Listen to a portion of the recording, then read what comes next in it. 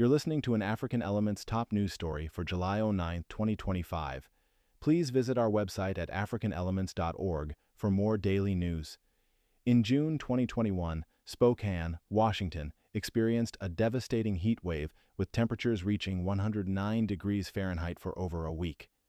19 people in Spokane County died, and approximately 300 sought hospital care for heat-related illnesses. Many homes lacked central air conditioning, worsening the situation, as most victims were found in their residences without cooling systems. Many victims had underlying health conditions, making them more vulnerable to the heat. This event highlighted the urgent need for better preparedness against extreme heat. The 2021 heat dome was characterized by high pressure that trapped heat, leading to dangerously high temperatures. In Washington state, this heat dome resulted in 157 heat-related deaths, underscoring the severe risks. Scientists warn that climate change will increase the frequency and severity of extreme heat events. Urban heat islands, metropolitan areas that are warmer than surrounding rural areas, contribute to this issue. These temperature differences arise from human activities and urban design, including concrete and asphalt that absorb heat. The lack of green spaces in cities exacerbates warming, making it essential to identify these zones for effective heat protection strategies. In response to the 2021 heat dome, the Center for Climate launched the Spokane Beat the Heat initiative to help the community prepare for future heat events. The initiative aims to prevent future heat-related deaths by implementing strategies to mitigate urban heat threats. Spokane was selected for an urban heat island mapping campaign by the National Oceanic and Atmospheric Administration, receiving a $10,000 grant. This campaign will help identify areas within the city that experience higher temperatures due to urban development. Despite these efforts, Spokane faced challenges, particularly with funding.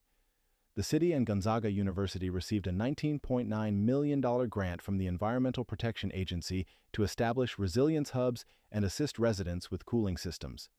However, the Trump administration terminated this funding, along with about 350 similar grants nationwide, citing misalignment with White House priorities. This funding loss is a major setback for Spokane, which struggles to afford necessary improvements. The city also lost a $48 million grant from the U.S. Department of Commerce for a tech hub, leaving its economy and climate adaptation uncertain. A class action lawsuit has been filed by a coalition including Earth Justice and the Southern Environmental Law Center to challenge the grant terminations.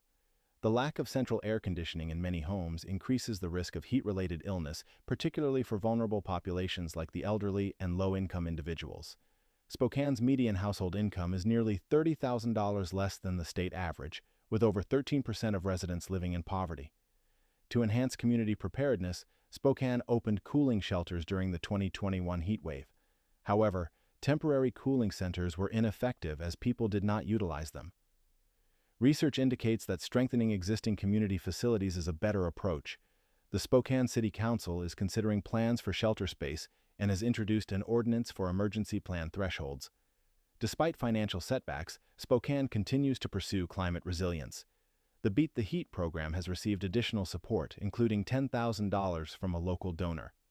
The Spokane Climate Resilience Collaborative has formed to advance planning and response to climate hazards.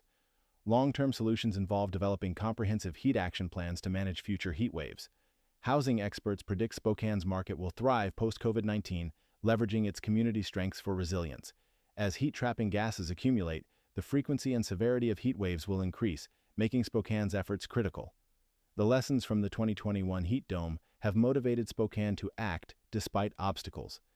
The city's journey reflects the broader struggle communities face in adapting to climate change amid inconsistent federal support. Spokane's story exemplifies the power of local initiatives and partnerships in building resilience. Ongoing efforts to map urban heat islands, strengthen facilities, and formalize emergency plans are vital for preparing for hotter days ahead. Copyright African Elements.